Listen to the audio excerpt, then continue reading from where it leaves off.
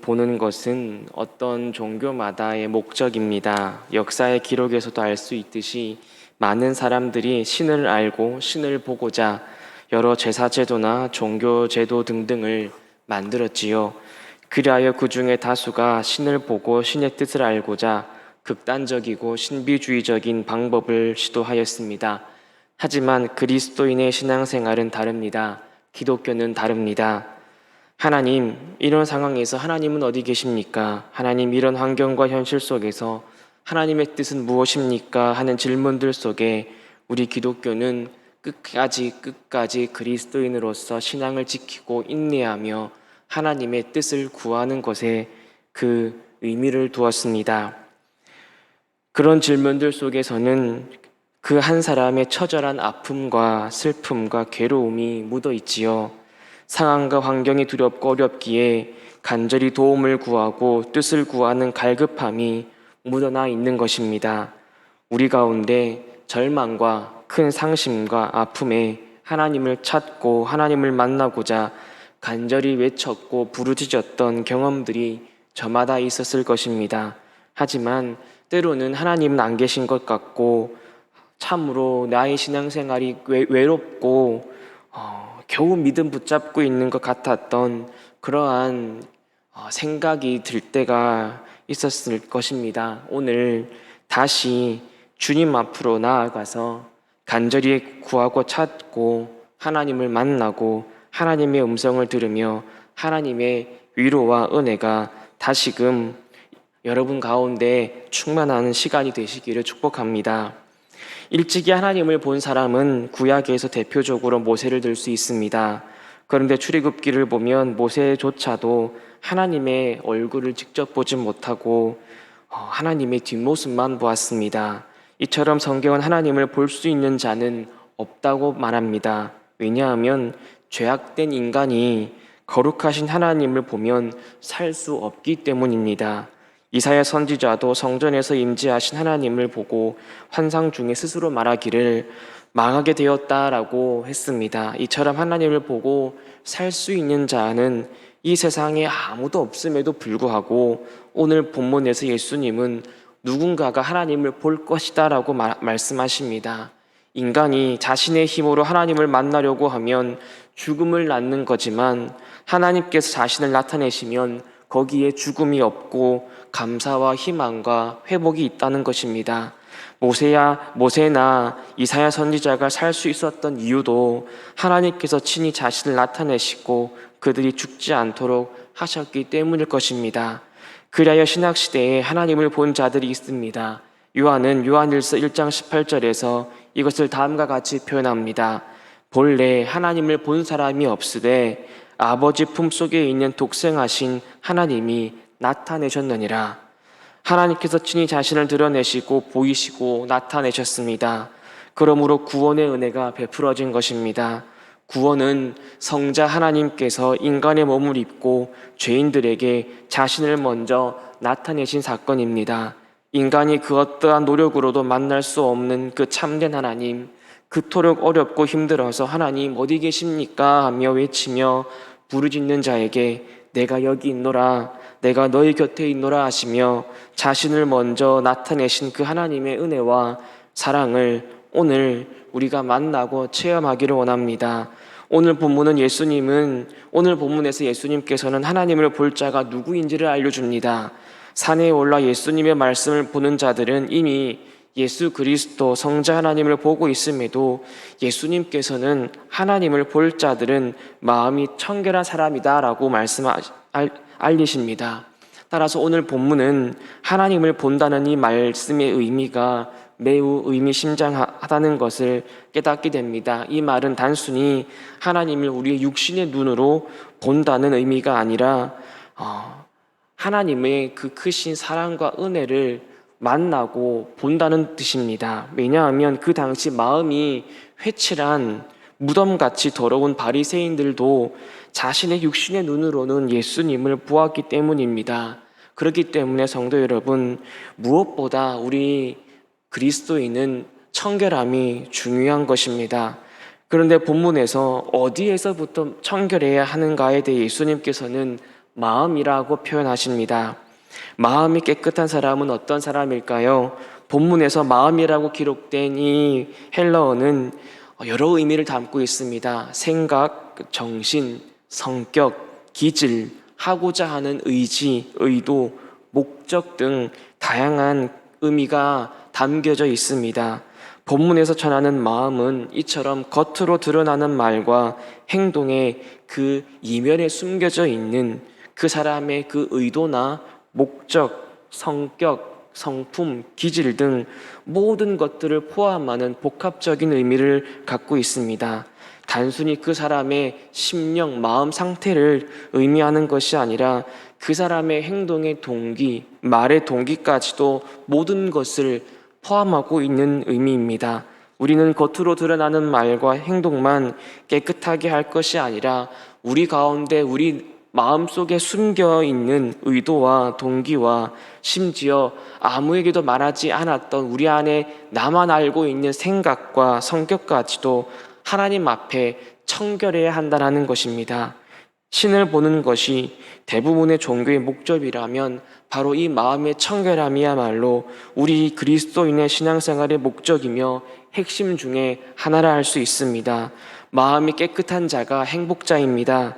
예수님께서 마음의 깨끗함을 언급하신 이유는 틀림없이 그 당시 외식하는 바리새인들 때문일 것입니다. 주님께서 바리새인들을 크게 반대하신 이유는 그들이 겉으로만 깨끗하게 하는 것에 관심을 가졌고 그 정작 그 속은 온갖 더러움과 부패함으로 가득했기 때문입니다. 바리새인의 겉은 정말 나무랄 데가 없었습니다. 그러나 속은 하나님 보시기에 분노하실 만큼 추악하고 더러웠습니다. 바리새인들은 자신들의 눈으로 예수님을 보았지만 제대로 보지 않았던 것입니다. 이처럼 주님께서 바리새인들을 향해 항상 반대하신 이유는 그들이 겉에만 관심을 가졌고 정작 중요한 그 속마음을 스스로 무시했기 때문입니다. 하지만 그 속에는 탐욕과 악독이 가득했지요. 무엇보다 이들은 백성들에게 자신들도 지기 어렵고 싫어하는 아주 무거운 짐을 지우고서 늘 정죄하고 비판하였습니다. 따라서 백성들은 저들이 가르치는 그 율법에 늘 마음을 졸이며 얽매이며 낙심하며 살아야 했습니다. 이 백성들은 이러한 상태에서 하나님을 만나고자 그런 온갖 슬픔과 좌절 속에서도 그 지푸라기 잡는 심정으로 하나님을 향해 간절했던 것입니다. 이런 백성들에게 오늘 예수님은 복을 선포하십니다. 마음이 깨끗한 자를 행복자로 선포하십니다. 사람은 아무리 사람 앞에서 자신이 깨끗하게 옳게 보이려고 해도 그 마음의 동기와 생각과 의도와 인격이 바르지 아니하고 잘못되었다면 그것은 외식이며 그리스도인의 참된 모습이 아님을 우리는 볼 수 있어야 합니다. 성도 여러분, 그리스도인은요, 하나님의 말씀을 겉으로만 행하는 사람이 아닙니다. 내 자아와 내 생각과 다른데 말씀이 명령하기 때문에 억지로 마지못해 어쩔 수 없이 행하는 자가 아니라는 소리입니다. 그리스도인은 자신의 자아와 생각과 의도에서부터 자발적으로 내가 원해서 기꺼이 정말 기뻐서 하나님의 말씀대로 살아가는 사람입니다. 우리의 믿음 생활은요, 내 자아와 내 생각과 내 주장까지도 성화되어서 하나님 말씀으로만 사는 삶입니다. 성도 여러분, 하나님의 말씀이 우리에게 들려질 때에 우리의 의무는 바로 그 말씀을 우리 마음속에서부터 행하는 것입니다. 하지만 우리가 외식하는 자와 달라야 하고 구분되어야 하는데, 만약에 우리 마음이 바리새인과 같다면 우리의 신앙생활을 다시 한번 점검해 보아야 합니다. 나를 구원하심이 너무 감사해서, 나를 지켜주신 것이 너무나 감사해서, 내 자녀, 내 배우자, 내 가정을 돌봐주심이 너무나 감사하고 행복해서 내 삶을 인도하시고 동행해 주심이 너무나 좋아서 그 말씀대로 행하는 삶을 사시기를 축복합니다. 여러분, 그것이 진짜 행복자가 아니겠습니까? 진짜 그것이 즐거움이고 기쁨이 아닐런지요. 그런 마음, 그런 신앙, 그런 삶을 살아가는 자가 참된 행복자라는 것을 기억하며 우리 모두가 그러한 즐거움과 기쁨이 회복되어 참된 행복자로 사시기를 축복합니다. 다음으로 살펴볼 청결이란 단어도 여러 의미를 담고 있습니다. 이 청결하다랄 때 이 청결은 순수하다, 착하다, 선하다, 깨끗하다, 흠이 없다, 잘못이 없다라는 뜻을 갖고 있습니다. 이는 마음을 순수하고 착하고 선하게 하고자 하는 노력과 의지를 의미합니다. 이 청결이란 단어에서 우리가 종종 사용하는 카타르시스라는 말이 파생되었습니다. 이 카타르시스는 정화되다라는 의미를 사용되는데요. 다른 의미로는 몸 안에 불순물들을 스스로 노력으로 배설해내는 것을 의미합니다. 심리학에서는 무의식 쪽에 잠겨있는 마음의 상처나 아픔이나 컴플렉스 같은 것들을 어떠한 순간에 맞닥뜨렸을 때 자신도 모르게 그것을 표출하고 발산하여서 스스로를 깨닫고 변화시켜 나가는 경험을 뜻합니다. 정리하면 마음이 깨끗한 사람은 자신 속에 자리 잡고 있는 그 죄악의 뿌리를 알고 깨달아서 늘 하나님 앞에 자신을 낮추고 회개하는 심령이며 또한 온갖 상심과 고민과 괴로움과 아픔과 상처로 인하여서 하나님 앞에 늘 애통해하고 겸손하게 도움을 구하는 그런 사람인 것입니다. 따라서 우리가 마음이 깨끗해지기 위해 제일 첫 번째 해야 하는 것은 바로 우리 자신이 참으로 허물이 많은 죄인이라는 것을 깨닫는 것이고, 그 다음으로는 하나님의 도움 없이는 내가 이 세상에서 단 하루도 살 수 없는 존재임을 깨달아 아는 것에 있습니다. 성도 여러분, 우리에게 이러한 순수함과 겸손함이 있기를 원합니다. 나의 부족함을 알고 하나님의 크심을 깨닫고 늘 하나님 앞에 겸손하며 살기를 원합니다. 그리하여 그런 성도를 존귀 여기시는 하나님, 그 크신 사랑과 은혜를 체험하며 삽시다.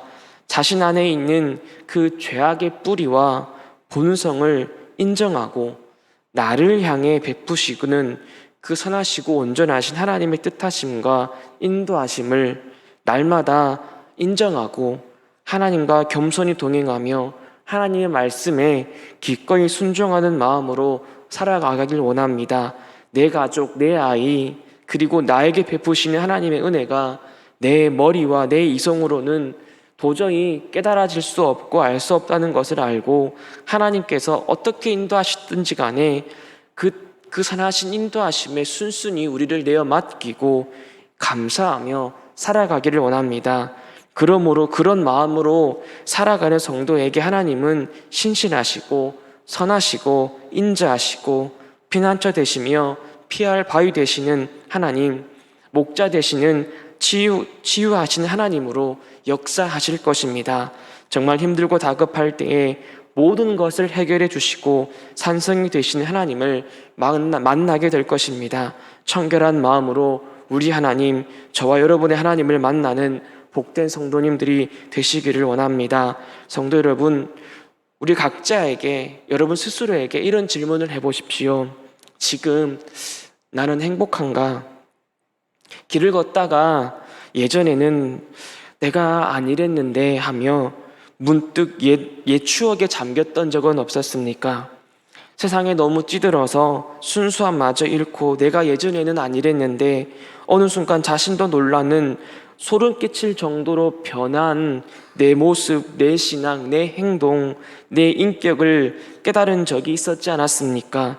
우리의 어린 나이 시절을 되돌아보면 그때는 조금 부족한 것 같았고 세상 물정 모르는 것 같았지만 그때가 오히려 지금 세상 물정 다 알고 삶의 고단함과 무거운 책임감에 짓눌리는 지금 나의 모습보다 오히려 더 좋았다고 생각한 적도 있었지 않았습니까?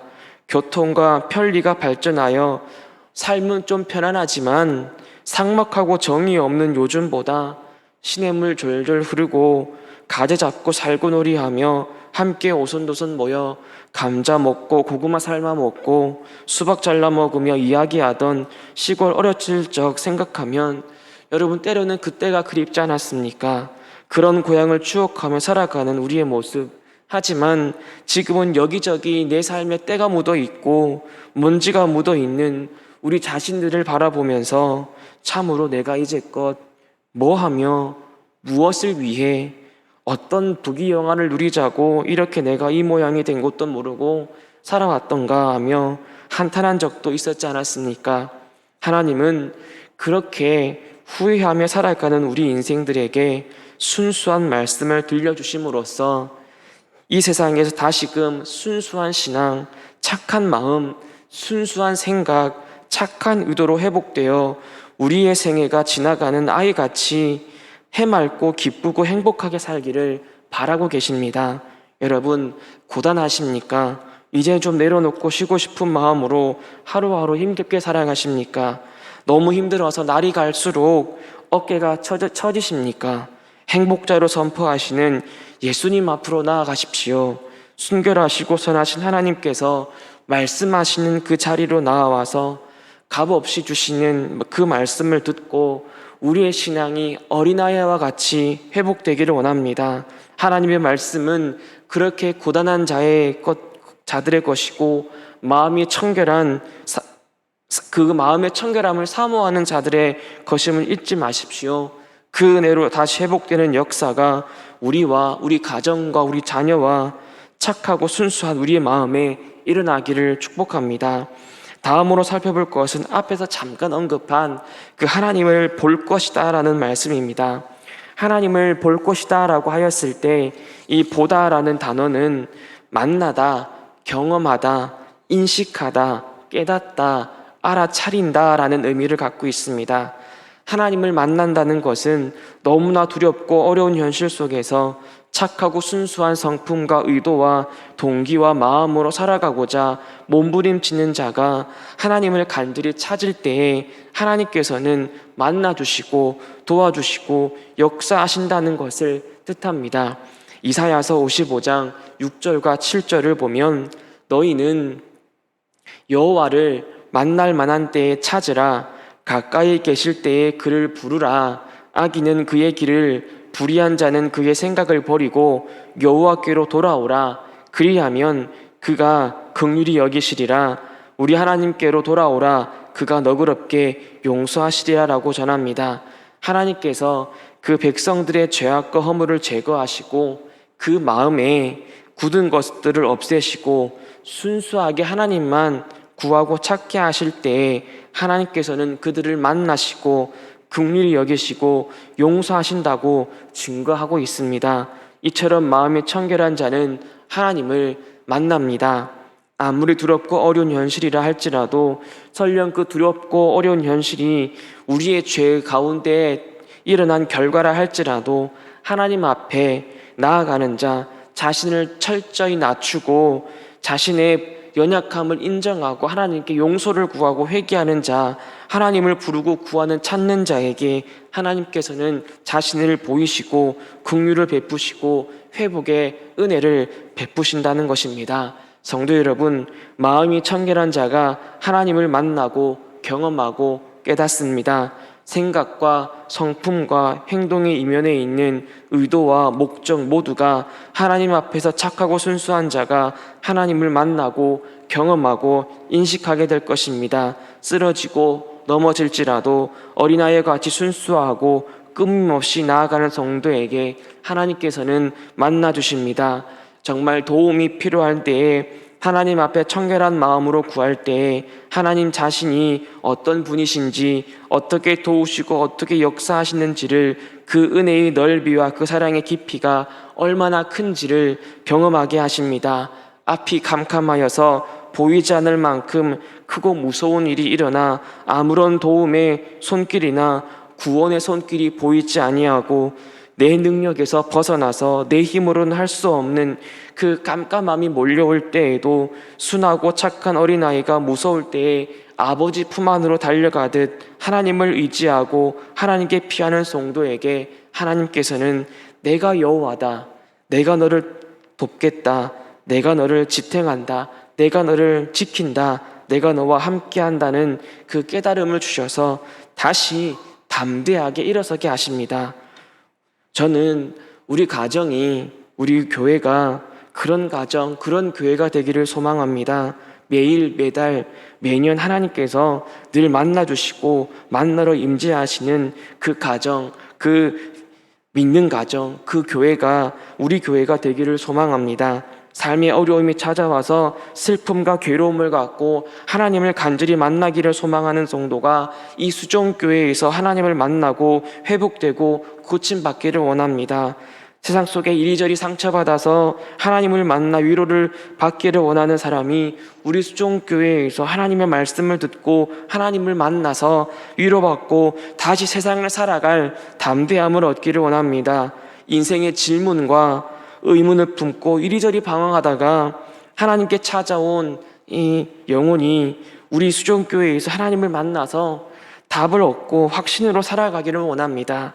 하나님을 사랑하지만 여기저기에서 상처를 받아서 교회를 나가지 못하고 떠난 성도일지라도 우리 수종교회에서 우리를 하나님을 만나서 신앙이 회복되고 성장하고 마음껏 하나님을 기뻐하며 신앙생활을 하기를 원합니다. 죄의 문제로 고민하며 하나님을 만나기를 소망하는 자가 우리 수종교회에서 용서하신 하나님을 만나서 하나님의 말씀 앞에 회개함으로 억눌리며 살았던 그 삶이 자유함을 얻기를 원합니다.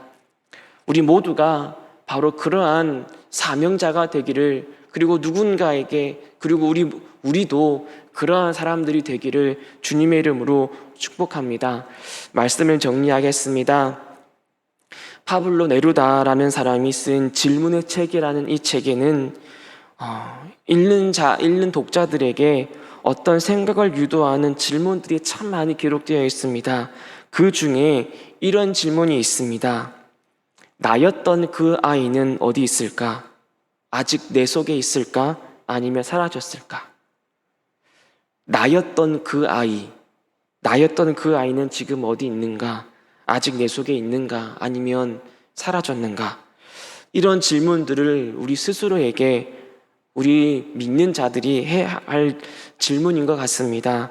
순수했던 지난날의 내 모습이 자꾸만 사라져가고 있는 것을 깨달은 이 파블로 네루다는 순수했던 내 모습, 때묻지 않았던 지난날의 내 모습을 기억하고 지금 때묻고 너무 어두워진 자신의 일상과 자신을 바라보며 이런 질문을 하였을 것입니다. 이것이 신앙생활하는 우리 모두의 질문이기를 원합니다. 착했던 내 마음, 어린아이 같았던 순수했던 내 마음, 하나님 앞에 순수하게 살았던 그 믿음 생활, 지금 우리 가운데 있을까요?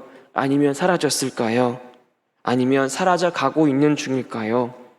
오늘 말씀을 기억하며 하나님 앞에서 다시금 우리의 마음을 청결케 하고 나아가기를 소원합니다. 염려하지 말고 내 필요를 다하시는 하나님을 그냥 순수하게 믿기를 원합니다. 모든 것 다 하신 하나님을 온전히 믿음으로 나아갑시다. 주님 앞에 우리의 때 묻은 마음과 생각과 우리의 교만과 고집을 다 내려놓고 주님의 말씀과 그 뜻을 알고 순종하기를 몸부림치며 갈망하기를 원합니다. 그런 사람이 희망이 있는 사람입니다. 비록 괴롭고 아파서 하나님이 어디 계십니까? 라고 외칠지라도 그는 틀림없이 하나님을 보게 될 것입니다. 내가 여기 너희 곁에 있노라 하시며 하나님께서는 반드시 역사하실 것입니다. 그런 아버지를 만나고 경험하고 깨닫는 우리 모두가 되기를 주님의 이름으로 축복합니다.